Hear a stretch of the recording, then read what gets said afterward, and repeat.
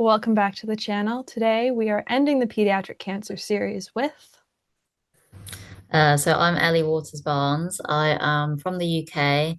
I am a childhood cancer survivor and I'm currently studying to be a doctor. yeah. And for a while you ran what I would describe as one of the best pediatric cancer support groups for people.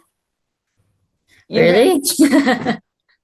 it was my favorite of the pediatric cancer Was support it? groups.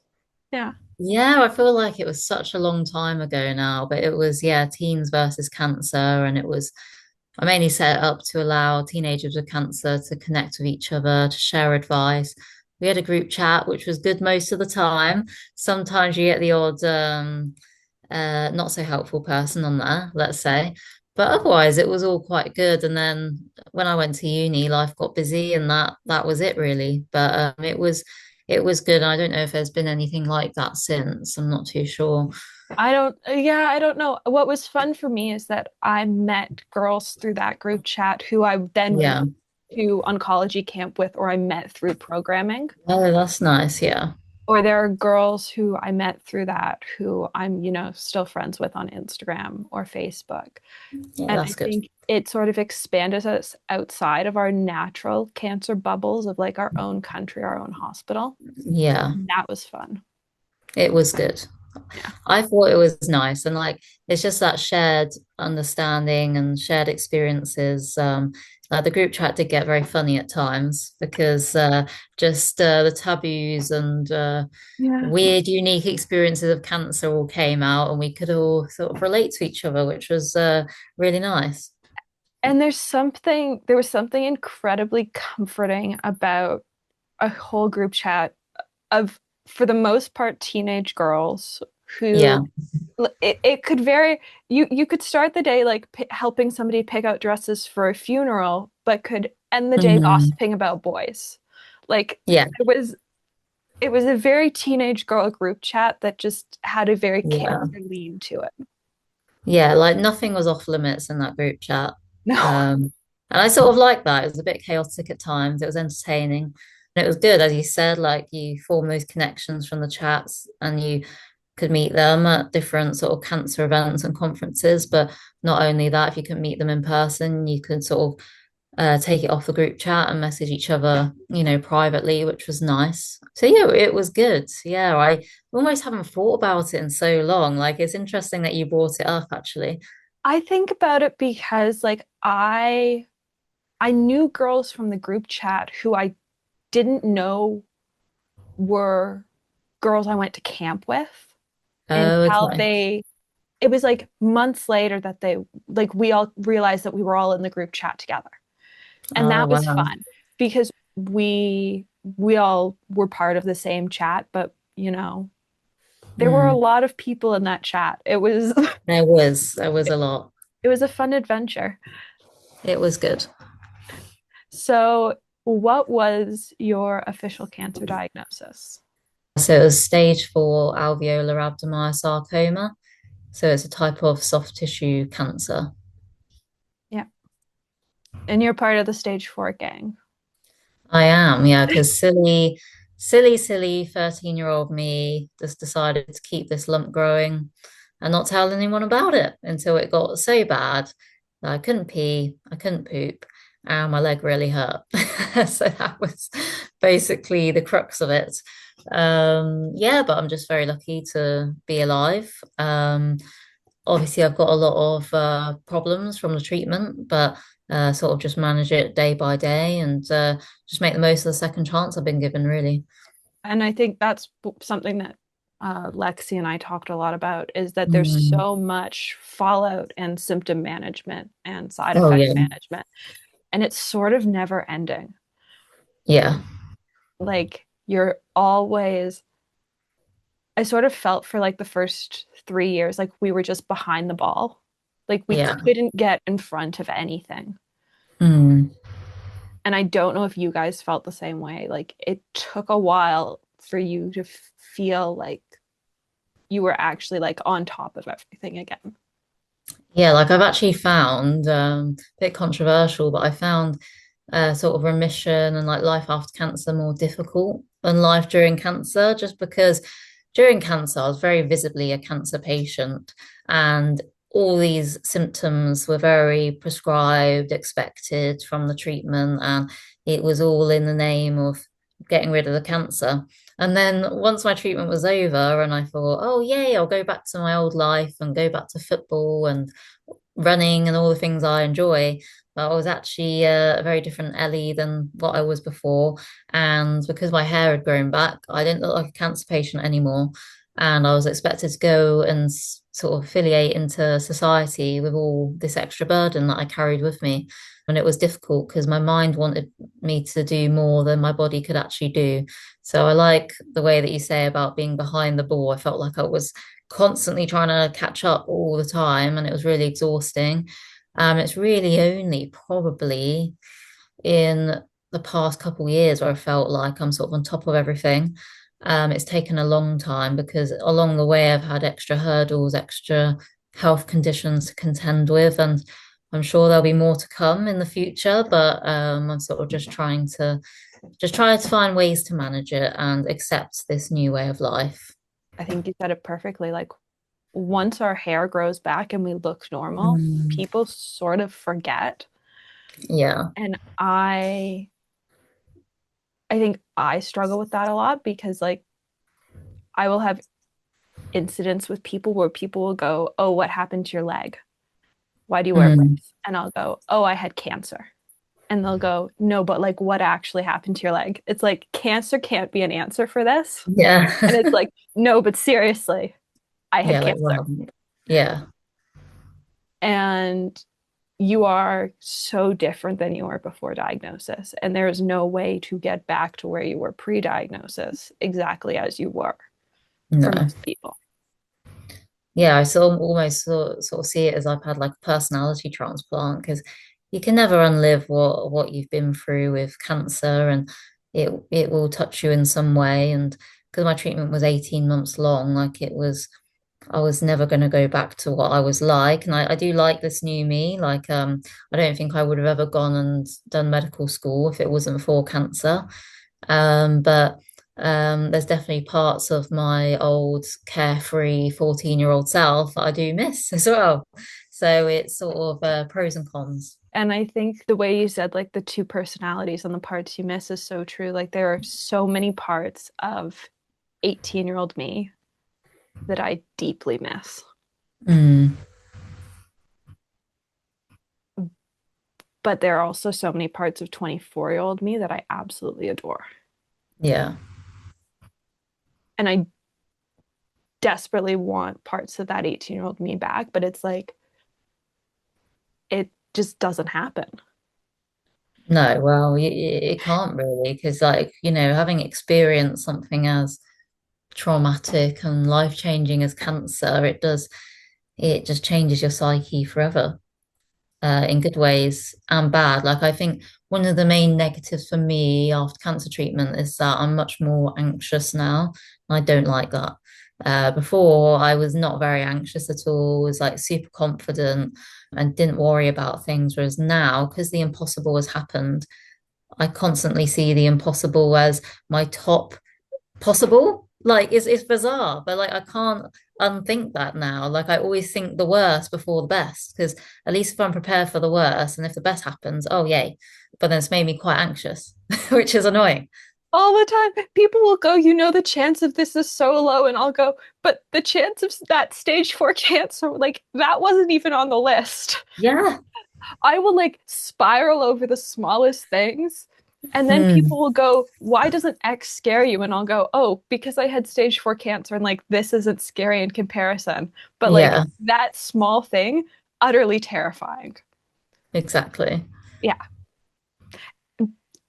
And like I had somebody at some point go, well, I had cancer and I'm not like this didn't happen to me with the whole being stressed all the time. Just like train your brain not to be. And I'm like, I had Mm, such a rare cancer that it's not caught until stage four. You don't stop being anxious.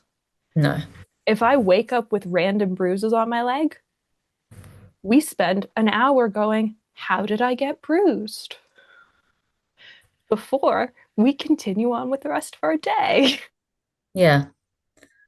Yeah, like Doesn't, any little symptom is could be scary diagnosis. Like it's hard to sort of rationalize. I try not to be a hypochondriac, but it's difficult not to be. I try and be rational, but it's not always easy to do. But my main issue now is I get more worried about.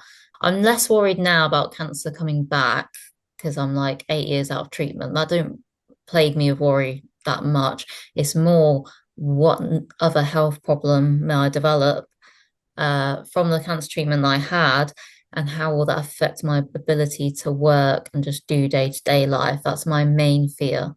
Like, because for me, like being able to work and have a career is like my utmost importance for me. And not to be able to do that is like, that is a scary, scary thought. So I think that's my main anxieties now.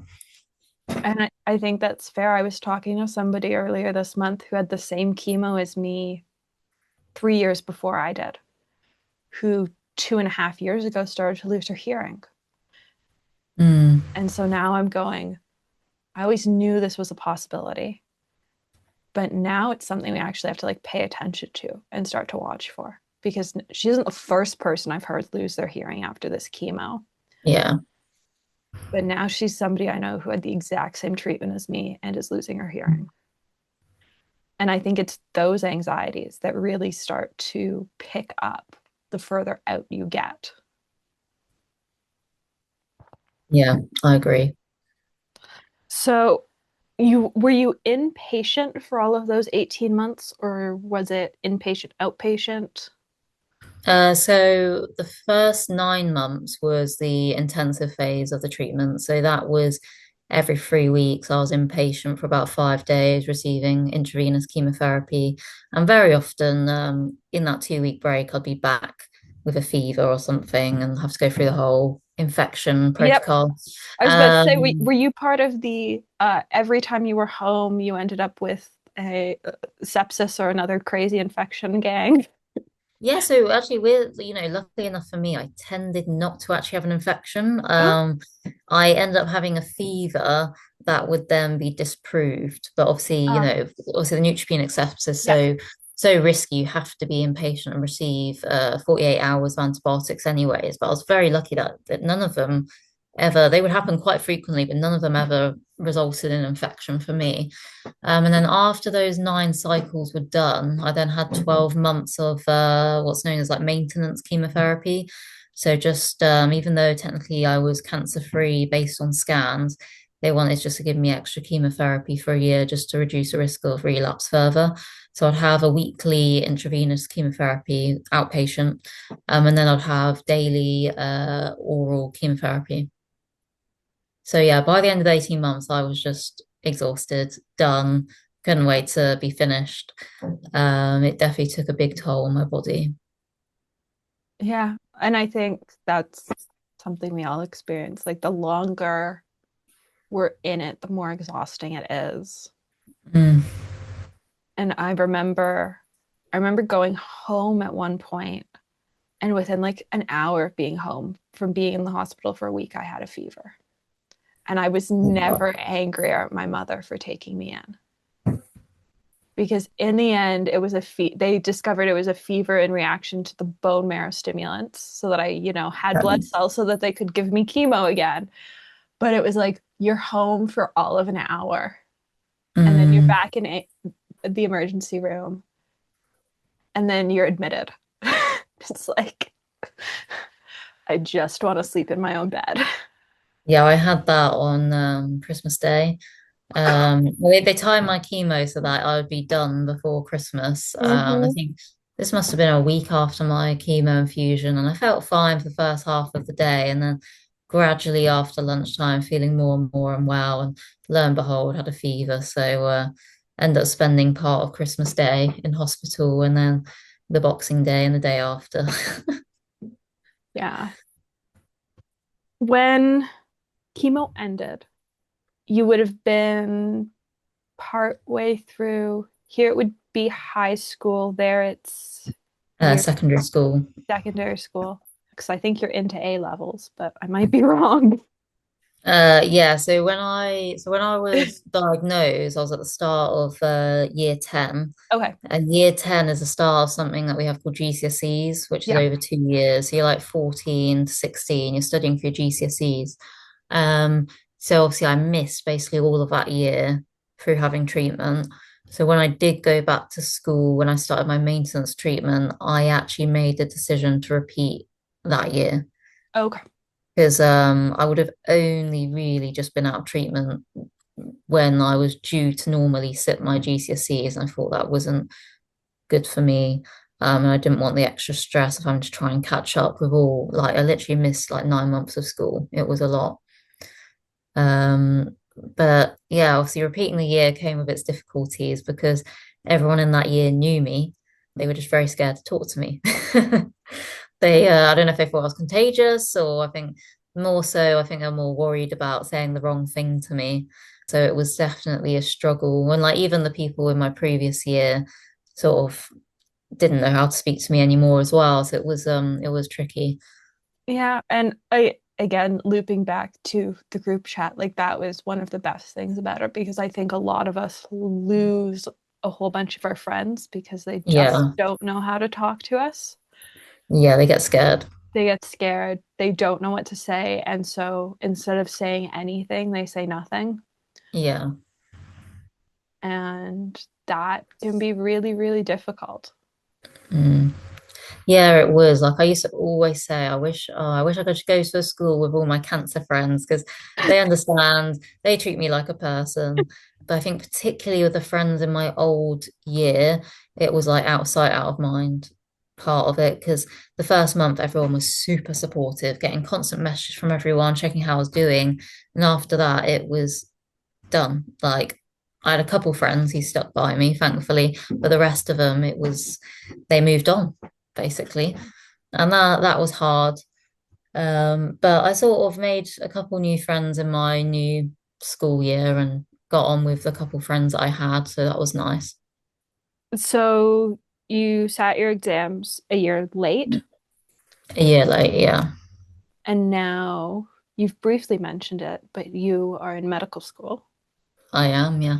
which I think there's this really interesting split in pediatric cancer patients. Mm, Some of us go, I want nothing to do with science and medicine, and yeah, I'm done, which for me was really funny because I was studying bioinformatics pre-cancer yeah. Oh wow. and have now gone, I want nothing to do with a lab. I want to Yeah, play with pretty colors and paints all day. yeah, I want not I've been in like my tumors are in a lab. I don't need to be in a lab. yeah, And yeah, then there's the other percentage of us that go, I'm going to med school. I want to become a doctor. I want to become a nurse. I want to go into tumor research. But there's this very distinct split where you go yeah. It one way or you really go is. the other way. Yeah, there's no in between. There's no in between in the pediatric cancer world. We do one or the other. Mm. So I was actually initially on your side of things. When I initially finished treatment, I was like, not going back here again. I'm not willingly being part of this world. Get me out of here. But as the years followed, I noticed myself really being interested in medical documentaries and researching a lot about the cancer I had, the treatments, how they worked. So it just naturally came to me that I thought, this could be something I'd enjoy. And actually, one thing that I'm really grateful for out of having cancer is it showed my passion for helping people. I really loved my YouTube channel where I did advice videos. I also created Team Versus Cancer, things like that. I thought, oh, I'd love to help people. What better way than being a doctor or a nurse? As it were, I decided to become a doctor instead. Initially, I wanted to go down the nursing route. And yeah, it was interesting because actually my oncologist at the time, when I said to her I wanted to be a doctor, she goes, they'll take one look at you and think you're too ill to be a doctor, so you won't get in. It's quite savage. But it's because first few years of remission, I really, really struggled to gain weight, majorly struggled, like kept losing weight despite all the interventions I tried. I think I just had a dodgy gut, to be honest. All the radiotherapy and the chemo just wasn't absorbing anything. But I was like, you know what? I'm going to prove you wrong. So when I got my offer to medical school, I was like, hey, oncologist, I'm in. They didn't think I was too ill. And then I took a gap year before medical school just to build up my health, my fitness and stuff. And yeah, I'm 5 years in and I'm loving it. And this month applying for jobs. Wow. So it's exciting but scary all wrapped in one. Yeah. And then I think that's fair. Like you've done, I remember you posting that you were applying to med schools and then that you'd gotten Mm, in.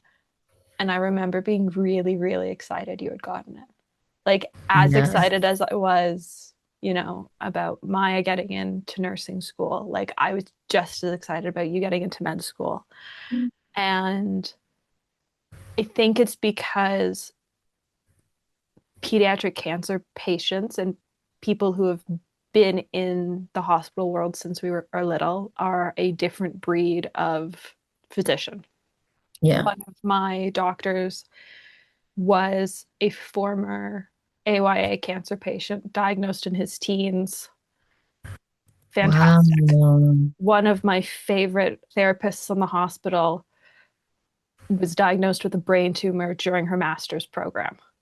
One of my Wow. favorite therapists. And those people are so amazing while you're going through that because they actually understand what it feels like versus somebody saying, oh, you might feel unwell, Mm. when actually you're probably going to feel like death. Yes. Unwell does not sum it up. They won't cut it. No. And so I was so excited when you got it. Yeah, it was like, oh God, this is exciting. Like I can use my experience to help others. And I think for the past few years, particularly, I think I've suffered with self-confidence and a bit of imposter syndrome because I'm just surrounded by all these healthy, able-bodied young people. And I think I used to say to my therapist, I was like, oh, I won't make as good a doctor because I can't do as many hours as them. I get tired, I get achy, I can't stand as long as them. And they're like, and she just said to me, she was like, Ellie, you'll make an amazing doctor because you understand what the patient is going through. That is your leverage against other people. And actually, people find more value in that as a doctor rather than a doctor who can perform well even after doing a 12-hour shift or can stand up for a long time and ward round. She said that doesn't mean anything. As long as you can communicate well to a patient and make them feel valued and listened to and understood, that is actually a superpower, essentially. And that's when I sort of changed things. 'Cause I was like, actually, yeah, that is important. I think there's this whole image of doctors being like these superhuman people who can stay up for hours and can perform these long surgeries and all this and that. But actually, it's more about how they communicate with the patient and help them go through their medical problem. Yeah. Like I can do an 18-hour day for 4 days at a conference. I can do four 18-hour days Mm. back to back. And then I Mm. will come home and I will sleep for 3 days Yeah, before same. I'm a functional human being. Yeah. Because at home, I will have a 2-hour nap every day Mm. because that is what I need to be a functional human being because of the chemo that I had and the toll it took to my body. But that doesn't mean like we don't have moments that we don't push ourselves for something. Yeah. And I think realizing that you do still have value in your industry, you do still have worth, even if you're going to have to adapt how you do things, is a really Mm. important way to look at it because the world does not exist for people like us. No. And you just sort of have to figure out how to make it work. Yeah, I think that's what I've learned over time is to work with my limitations rather than against them. Because it's always like my mind wants to do like 5 million things and keep up with everyone, but at the end of the day, my body can't keep up. And it's about listening to your body and respecting that. Whereas before, I used to always push it to the absolute limit and then feel like crap when I couldn't get out of bed for 3 days. Yeah. So I've learned very much now to my boundaries, my limits, I've got good routines, very protective over sleep and food, and things like that, just to keep myself afloat. And I think that's the perfect way to approach it. Like, I am such, for lack of a better word, a control freak at events about Same. like making sure that there will be food that I can eat, Mm, because otherwise it's a miserable experience. And then you're hungry, then you're grumpy, then you don't feel well. So, yeah. like, do I have snacks that are safe for me to eat in my purse? Maybe I Mm, should eat before I leave. Like, I am such a control freak when it comes to food at events because of cancer that it's just something that most people don't think about, that I like before we leave the house. It's probably what 80% of my brain is thinking about. yeah, that is literally me because I never used to have any issues with food before cancer, but the treatment just wrecked my gut, and I've got so many intolerances now and dietary requirements. And yeah, it's like you, I'm constantly having to think ahead. Oh, if I go out to this place, will I be able to eat something? And what will I have? Pack emergency Yeah. snacks in the bag. It is just like all consuming. Yeah. And it's like, so last week we went out to eat and I ordered something that's normally safe, and it Mm. arrived and it looked different because they had changed their supplier. Uh, And I was an idiot. And I didn't look up the ingredients of the new product because they said it mm. was the same. It was not the same. And I spent 2 days sick. Oh, And that's the it's like, worst. it is so frustrating when you are limited in what you can eat. And it was never an issue before cancer. No, yeah, exactly the same. And then it made gaining weight in remission really difficult because I just seem to be intolerant to food, full stop. Over time, my gut has healed a bit more, and there's certain things that I know are triggers I'll avoid. Especially in the first couple of years, it seemed like anything that I put in my gut, it would react to. And no wonder I couldn't gain weight. And the consultant just didn't empathize with that at Yeah. all. Yeah. I ate a lot of white bread and plain pasta. Yeah, because it just had to go with safe foods. And then back then, I didn't enjoy food because I was just eating to live. I didn't live to eat. Whereas now, luckily, it's reversed.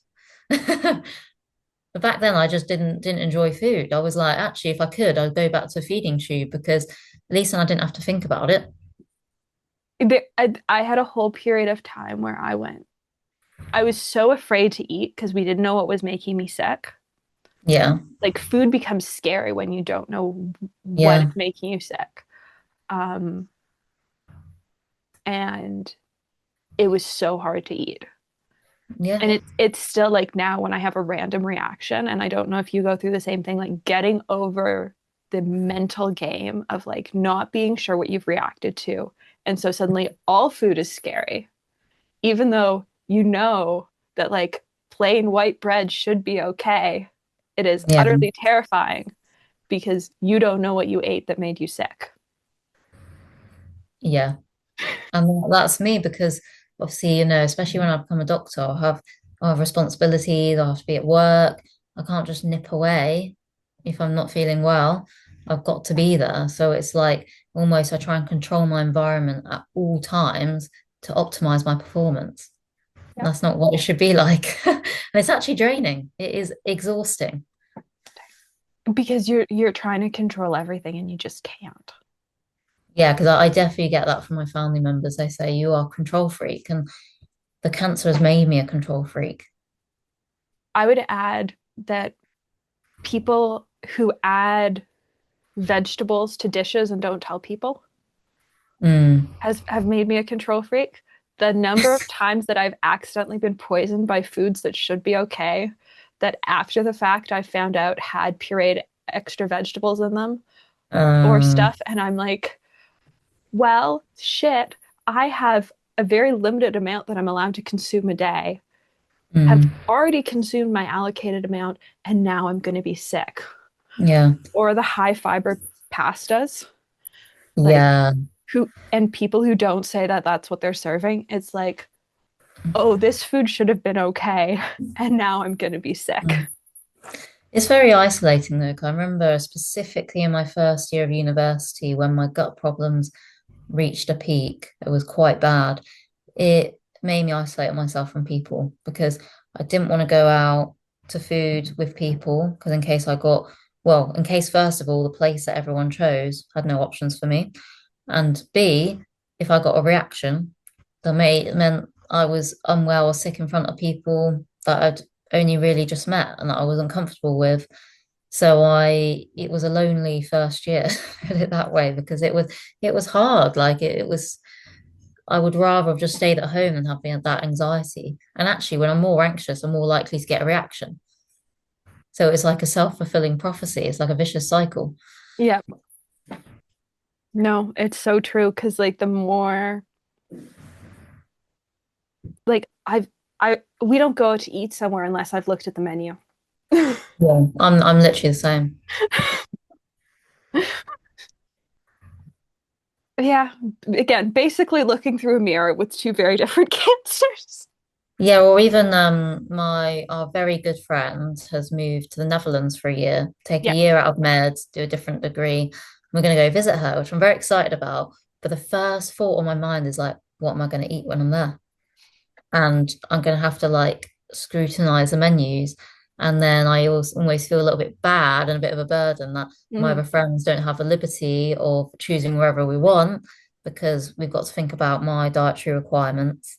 Obviously, if the roles were reversed, I would be absolutely fine doing that for someone else. I'm sure they are for me, but it doesn't make you stop you making you feel bad. No, it doesn't take away the anxiety. Like we've started to when we have to go to conferences, the first stop we make is at a grocery store. Mm, We go to a grocery store and we pick up snacks and like breakfast slash to go items that don't need to be heated that can just go in a fridge yeah.